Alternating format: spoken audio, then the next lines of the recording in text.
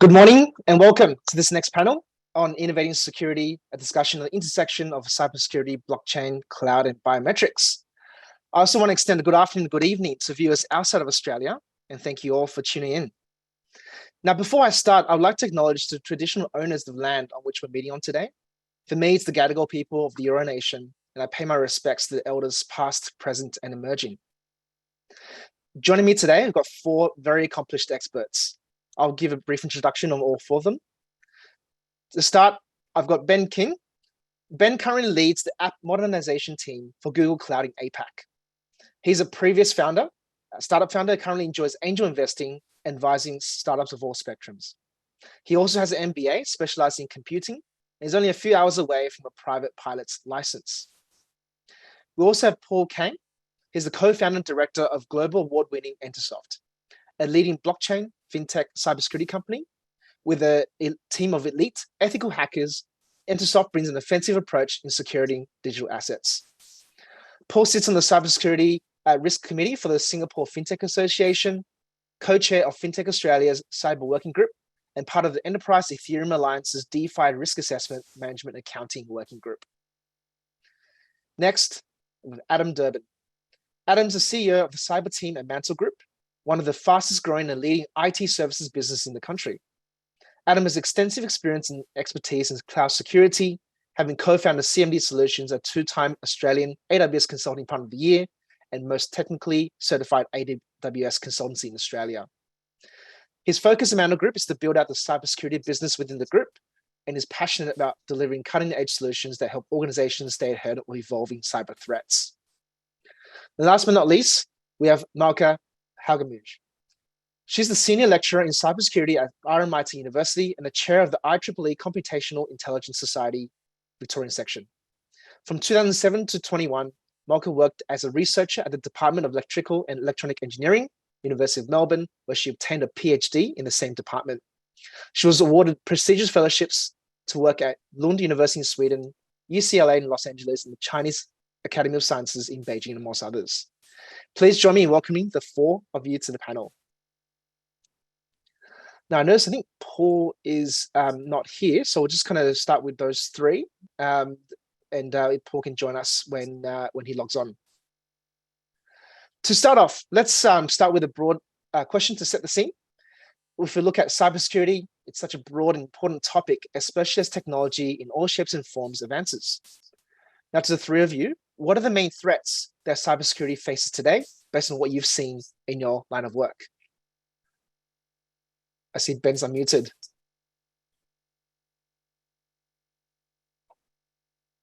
Ben, are you there?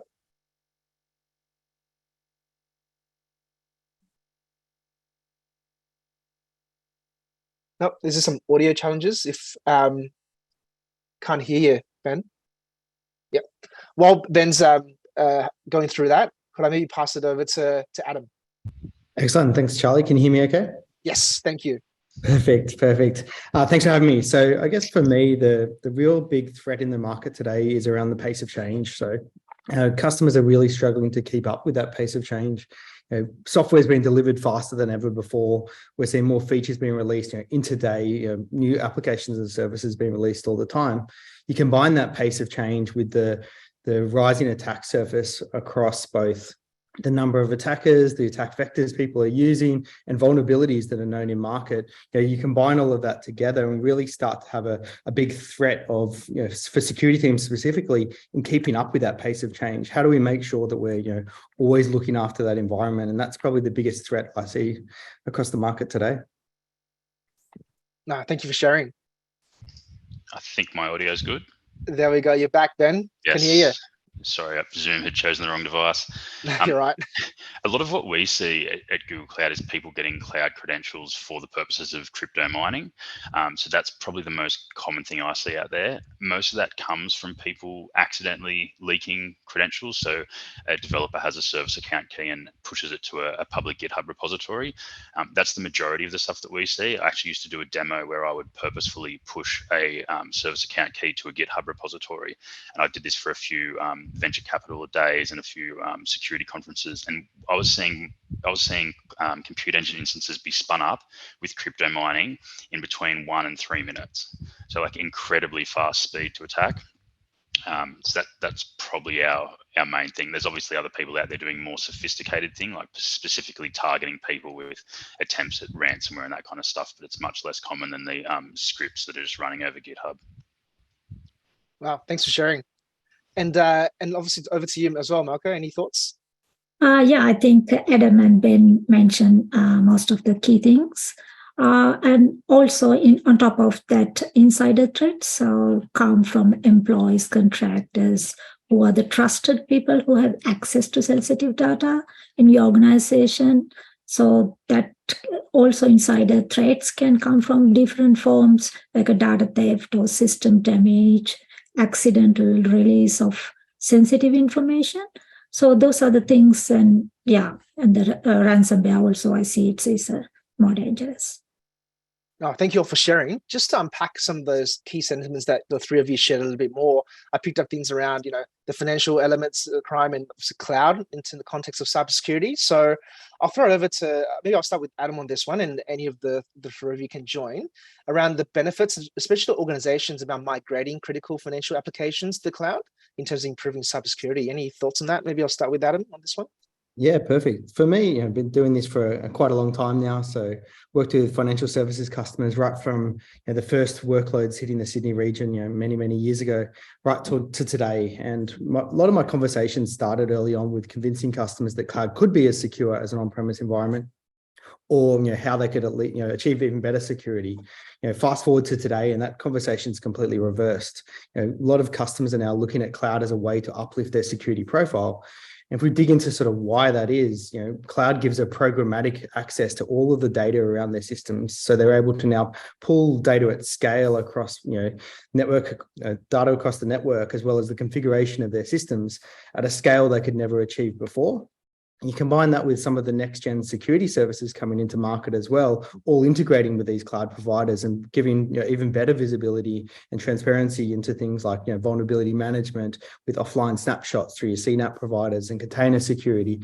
This is just security that was traditionally only enterprises, large enterprises could achieve because of the cost and barrier to entry.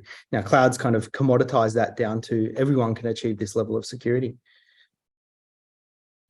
That's helpful. Wow, a lot of applications there for the larger end of town and smaller end of town as well. Any thoughts to add to that, either Malka or Ben, on the cloud side of things? Sure. I guess Google's kind of, we call this approach beyond corp. So traditional enterprises are often securing their network.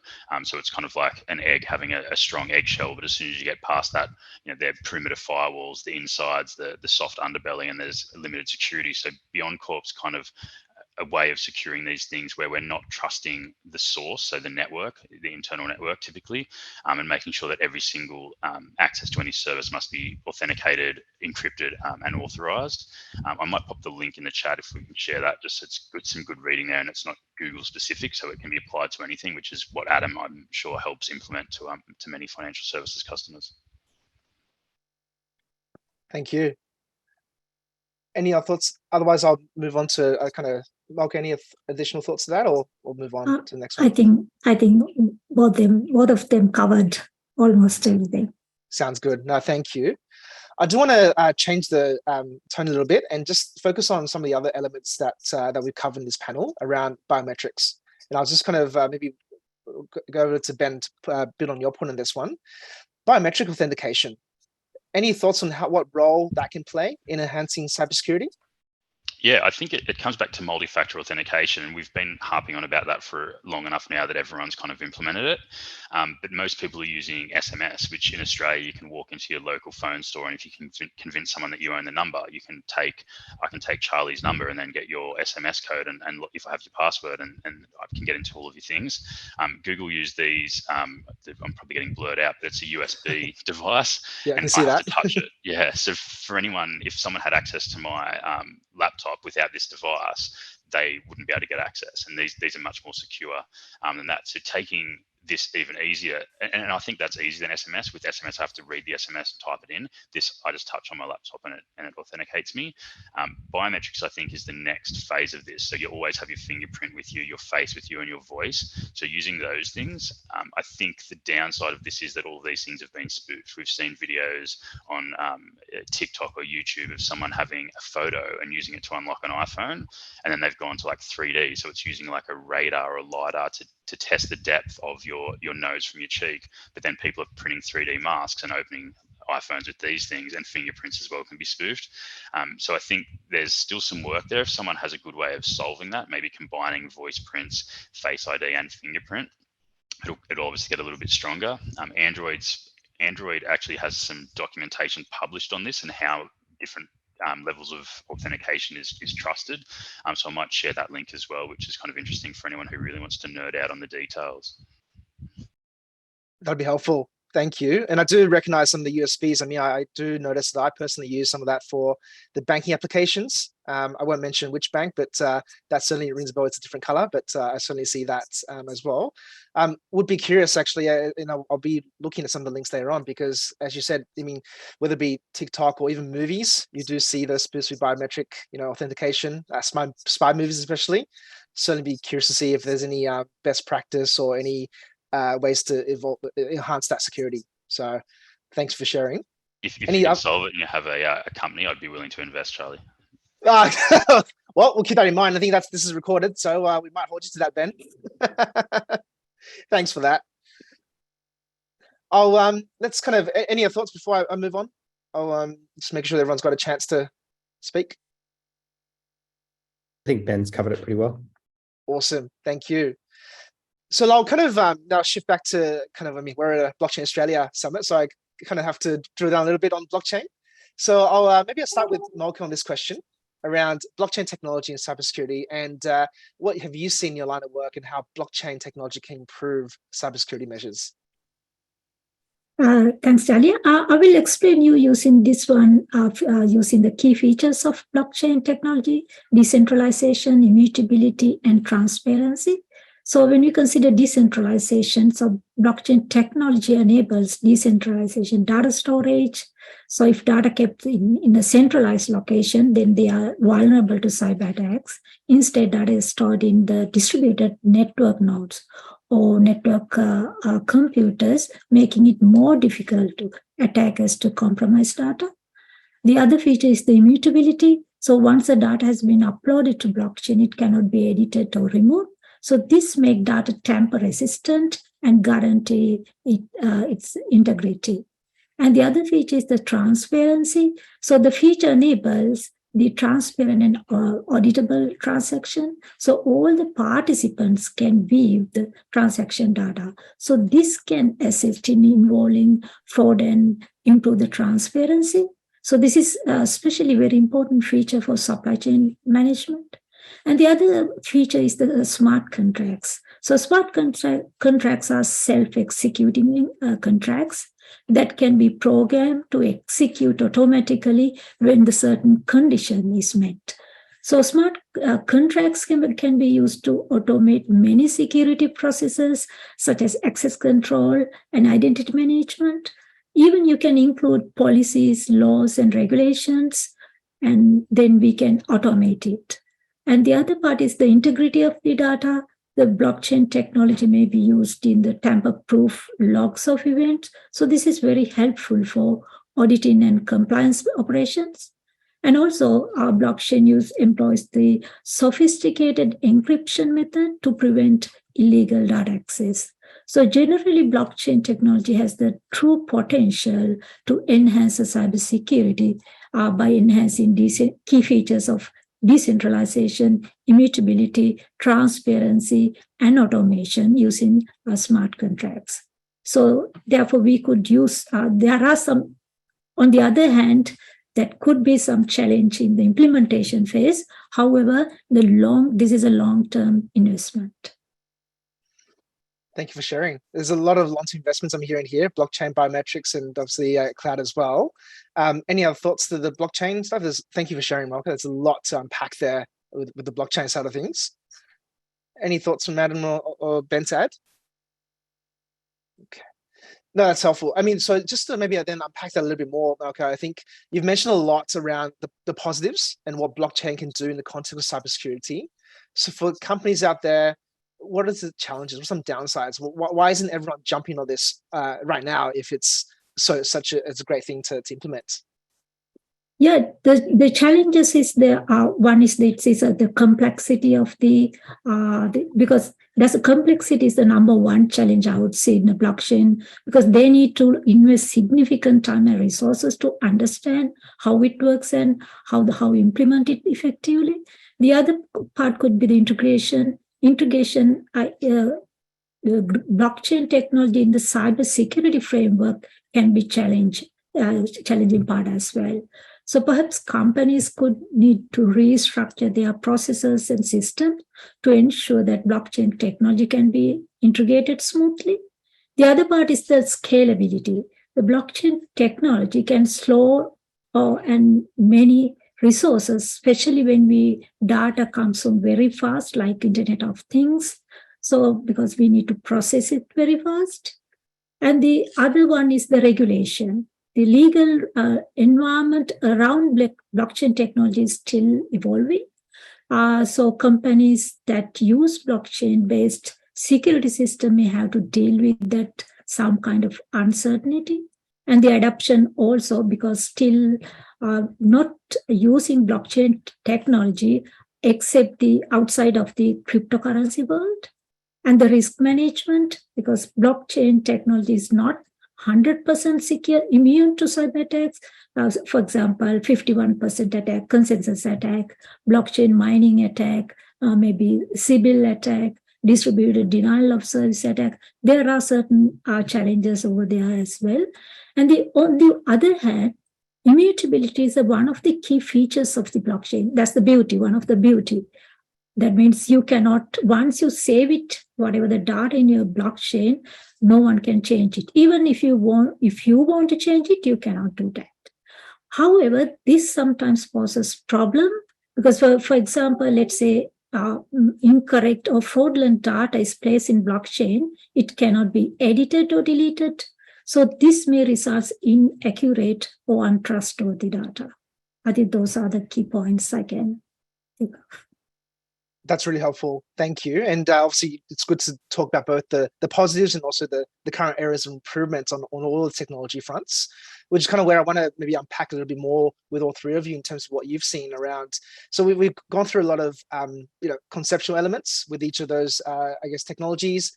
I'd love to unpack a little bit more with any tangible examples that you're able to share, and any notable cybersecurity breaches that could have been prevented using any of the above, whether it be blockchain technology or cloud or biometrics, anything else. Any examples that any of you will be willing to share where this could come into play? I see a lot of nods. I can jump in first if you want, and then pass over. So we've probably all heard about the Optus and Medibank, and most likely most people on the call have been impacted by that in some way, shape or form. If we take the Medibank example, from my understanding and the reading that I've done, it was heavily due to credential theft, and that credential theft is something that is relatively preventable, or at least minimize the impact through things like biometrics.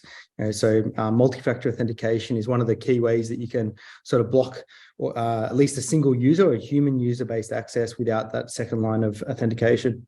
But if you take it even further than sort of biometrics and multi-factor authentication, looking at least privilege access management is still something that I find a lot of companies across Australia, blockchain companies alike, still often grant too much access to all of the users and give long-lived permissions to everything across the organization, when there could be very limited time that they actually need access to, say, sensitive data or large databases. So one of the things we work a lot with customers about is just-in-time privileged access management and break glass style approval flows. So rather than having access to a production database or backups at scale all of the time, so if my credentials are compromised, an attacker then gets access to all of those permissions, you put an additional approval flow over the top of that data. So, given you very infrequently actually access that style of data, it gives that extra step. So even if someone compromised my credentials, they need to go through an approval flow commenting on why they're actually accessing that data. And it also improves the visibility and auditability of who is accessing data at scale, because most of these attacks don't happen in a single day, right? People are often in the network for months or years. So starting to understand the usage patterns and reasons why people access, and then you can start to layer on sort of AI and ML on non-traditional access patterns. Where are you accessing from? And this gives you sort of a greater level of security.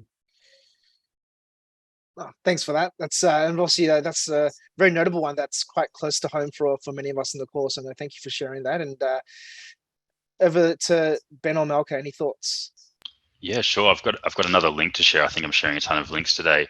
But this is a startup, and it kind of works on the principle that Adam just talked about there, where the credentials are secured by the user on the app, and for any of that, and if someone obtained access to the this particular blockchain, the user would need to allow the sharing of their personal data. So I haven't actually used this. I was aware of it. I've had a look at it. It seems kind of interesting. So it's not something that Google's promoting, but an interesting way of doing that. And then I think the other thought that I had is on Malka's, she was saying the blockchain, obviously the immutable nature of the blockchain. When it first came out, everyone kind of thought, well, this is going to stop hackers because we can see all of the transactions. But without KYC, know your customer, people are obviously using this for fraud and ransomware and all kinds of other things, and then using things like Tornado Cash to kind of mix it up. But we've started to see sanctions on any addresses associated with those things. So I think more legislation on some parts of this makes sense, but we're always going to have some malicious actors like we do with standard fiat currency. 100%. And Tornado Cash is a great example. And I think that's another rabbit hole we could probably unpack on another panel around the regulatory and obviously technological and all the other ethical issues that come with that. So I might pause on going down that rabbit hole. But no, thank you for sharing. Any final thoughts on that, Malka, at all? Yes, I will talk a bit different way in that what Adam said about the Medibank. So I presume that Medibank, that attack was happened due to vulnerabilities in the database architecture. That's my assumption. So suppose Medibank has implemented blockchain-based data storage system, so then it would be a decentralized way to store the user data, prevent unauthorized access. And another example is actually 2018, there was an attack on Australian National University, ANU. And again, because from that attack, 200,000 staff and students record, including name, date of birth, addresses, academic records, all were hacked. So I presume that happened due to vulnerabilities due to web application framework. So suppose ANU had implemented blockchain-based identity verification system, then possibly that could be the secured way to recover from that sort of attack. And then lastly, I can talk about the 2013 target attack. It is a very old one, but since it's a different thing, I thought of talking about it. So that compromised 110 million consumer personal and financial information. So due to the weaknesses of target point of sale system, that breach was happened. So if Target have deployed that blockchain-based payment system, it might have been protected sensitive consumer data and more secure the decentralized way. So what we have to do is to learn from this anatomy of these data breaches and move forward. Thank you for sharing, all three of you. I think these are some pretty big milestone cases, which kind of certainly is quite confronting when you look at the sheer scale of some of these, I guess, breaches and the impacts to consumers and businesses across Australia and the world. I do want to kind of touch a little bit on just the response to this, and this is I think around, if I can kind of touch on regulation a little bit to any of you that has a thought. What's been how has regulation kept up at all, or kind of what are measures that kind of coming in place to ensure that there is a higher standard of cybersecurity across organizations to do whatever is possible to prevent any of these going forward, or to minimize the impact at the very least? Any thoughts on the regulatory front?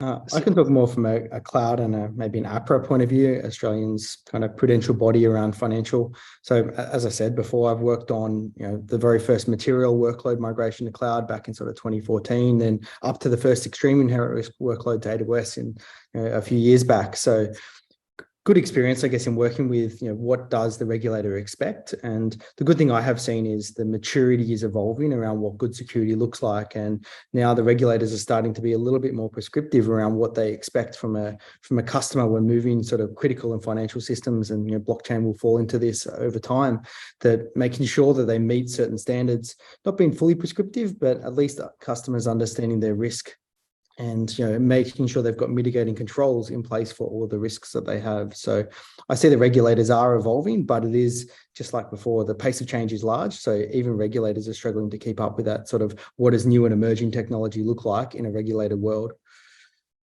That makes sense. Thanks for sharing. Of course, with as you mentioned, APRA and the prudential regulation there, I think given going through in previous lives, going through the restricted ADI process, and obviously with all the ADIs that currently are in market today, cybersecurity policy and the rigor around that is such a critical part of that process, and obviously ongoing monitoring review of that. So certainly there are a lot of scrutiny around that, which makes a lot of sense. So no, thanks for sharing that, Adam. Any additional thoughts on the regulatory front, Ben or Malka? Malka, thanks. Too keen, both of you. Over to you, Malka. Yeah, the one option is developing smart contracts. So you can use whatever the rules and regulation. For example, if you are doing your business with the international board authorization rules and regulation, you can incorporate in those things in a small code like a smart contract. You can save it in blockchain, so that sort of things is a very useful. Actually, one of my recent studies, we developed a smart contract for this sort of the regulations, policies, rules, laws, everything. Yeah. Thank you. And Ben as well? Yeah, I guess since Optus and Medibank, we saw the government talking about national cyber offices being set up, changes to the privacy laws with larger fines to the kind of the stick to force organisations to take this stuff more seriously. I think a lot of the technology, we've had it for a while, but it just hasn't been implemented, which I guess is what Adam's job is to help companies along those lines. And like my team will help do that on Google Cloud, but outside of that, you'd probably need to speak to Mantel Group. So I think we have all that stuff there, but businesses aren't doing it. I'm a member of the Australian Institute of Company Directors, so they've been putting out a lot of stuff in the last year around directors' responsibilities on this and making sure that the business, if you're on the board of a business, making sure that business takes care of its customers by enforcing strong cybersecurity policies. So I think it's all kind of coming to a head, and we've seen a huge uptick in demand for these kind of services in the last year as well. Thanks for sharing, and love the plug for Mantel Group. And and it's great to see. I think there's obviously things that's been happening so far, but I think there's a lot more that can be done on all fronts. So I guess it's more of a watch this space as it all evolves. I've got a question that's come from the panel, and I must admit, cybersecurity is probably not my area of expertise, but I'll read the question out and see if any of you want to have a crack at this one. Now, are the short duration mining attacks incentivized by the first share earned when connecting to Ethereum in the past, or ETH, etc.? Is at a higher difficulty and higher value? Yeah, so I think this one might be related to the point that I raised before about people compromising credentials and mining on Google Cloud. When I've done this previously, and it's been hacked in literally like less than a minute, which makes a really good demo, but I didn't see what they were doing. Like they were mining ETH on there. You could tell from the binaries that they installed, but I'm not exactly sure like what the incentive was there. I was kind of more interested in how it was compromised so quickly and what they were trying to do on Google Cloud. And they're kind of smart with it as well. They don't spin up millions of machines because you're going to hit quota limits and get emails. They kind of do like 4 or 5 machines just to see how long it can run. And what I did before I did this in my demo is I blocked all outbound network access. So they spun up these machines that couldn't actually hit the network of any blockchains, and they kind of just sat there so I could shut them down and demo it. Thanks for sharing, Ben. I'm glad that you're across it because I certainly am not, and I think there's a lot to unpack on that one. So thank you for jumping onto that one. Another question I've got now, I'm trying to bring all this together. There's a lot of information about, cloud, blockchain, biometrics, and the intersection of cybersecurity. Was there someone that wanted to speak? You got 1 more minute. I got 1 more minute. Oh, sorry. Okay, I didn't realize. Thank you for that. Maybe I'll just jump on, maybe to wrap it up, the last minute. And thanks to Amy Rose. Oh. Sorry, 3 more minutes. My bad. 3 minutes. Okay, no worries. Even better. So let's aim to wrap it up as well. Anyway, so thank you for that, Amy Rose. Maybe just one final comment from each of the panelists. Any words of advice to companies or individuals around enhancing their cybersecurity measures? I'll jump in first. My name's A. For me, do the basics. So we still find going to a lot of customers' environments, blockchain or whatever the technology has been implemented. A lot of people are missing the basics. Vulnerability management, patching, simple security measures that will prevent a lot of attacks. These are the things that everyone needs to be doing. So build a security culture in your organization where everyone thinks about security, so it doesn't become an afterthought. Because the simplest way you get attacked is probably the way you're going to get attacked. Awesome. And obviously speak to Mantel Group if any questions on cybersecurity. Thoughts there, Ben or Malka? Yeah, so the last thought is about the understand about your enemy. So know your enemy and about yourself as well. What are the strengths? What are the assets in your organization? And what are the threats and vulnerabilities? And also understand about your strength. I think that's all. Thank you. And last but not least, I'd kind of echo Adam, like multi-factor authentication, and with these devices, if you can, if you've got enough Bitcoin in a wallet that people will actually target you personally, you've got some serious issues. So SMS isn't going to cut it. Neither the authenticator apps are good, but these hardware devices are the best. And then obviously you've got offline storage with your ledgers and things like that. But multi-factor authentication is the one thing I'd say that can improve most people's security posture.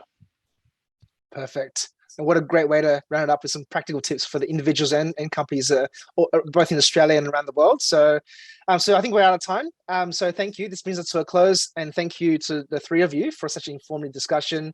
Everyone, please join me in thanking all the panelists, and enjoy the rest of the summit. Thank you very much. Thanks.